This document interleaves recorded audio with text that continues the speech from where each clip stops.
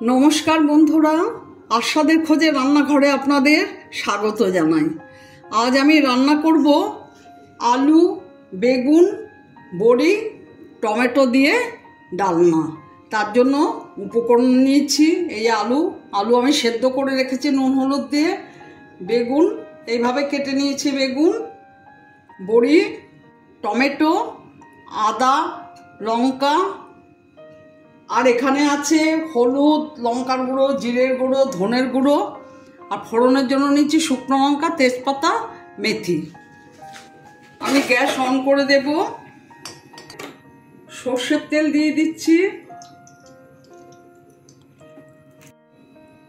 তেল গরম হয়ে গেছে, বড়িগুলো ভেজে তুলে নেব। ভাজা হয়ে গেছে, তুলে নিচ্ছি। বেগুনগুলো ভেজে নেব।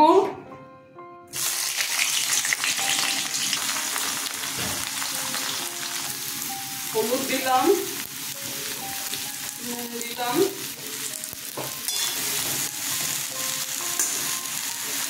তো ঢেকে দেব। একটু পরে আবার ঢাকনাটা খুলে দেখব।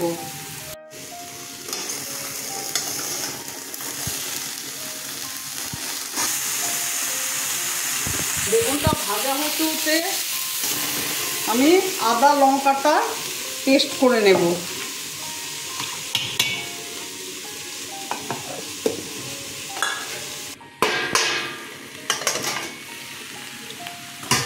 বেগুনগুলো ভাজা হয়ে গেছে, তুলে নেব।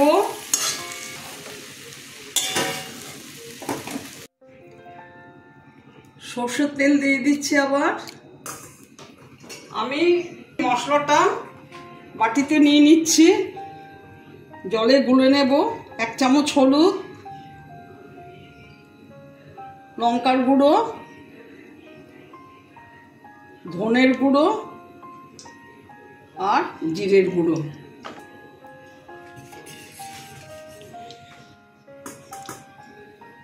ফোড়নে শুকনো লঙ্কা,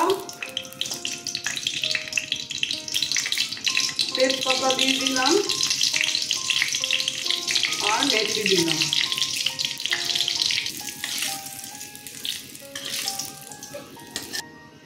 টমেটো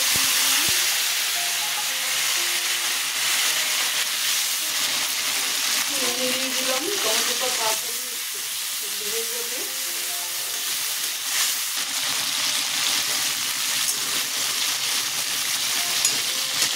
আদা লঙ্কা বাটাটা দিয়ে দিলাম।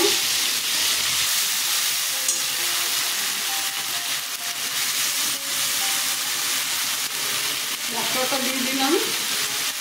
ভালো করে কষিয়ে আলুটা ছাড়বো। মশলাটা কষানো হয়ে গেছে, আলুগুলো দিয়ে দিলাম, দিয়ে দিলাম,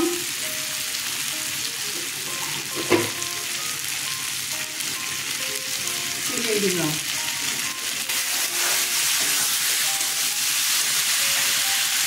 ওই বেগুনগুলো ছেড়ে দেবো।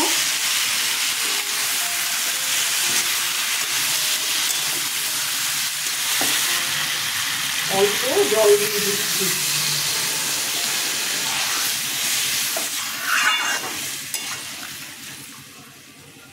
বড়িগুলো দিয়ে দিলাম।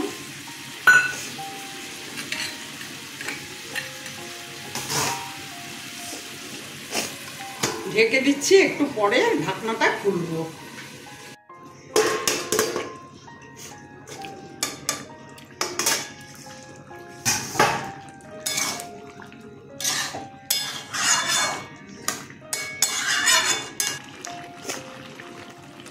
ধনেপাতা দিয়ে দিলাম।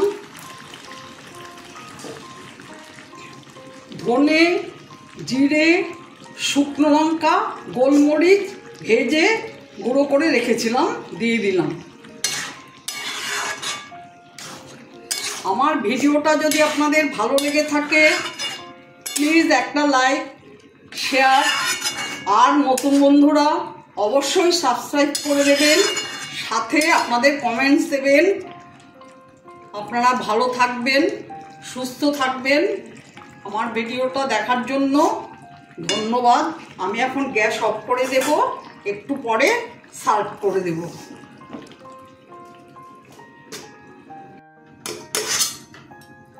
ঢাকনাটা খুলছি।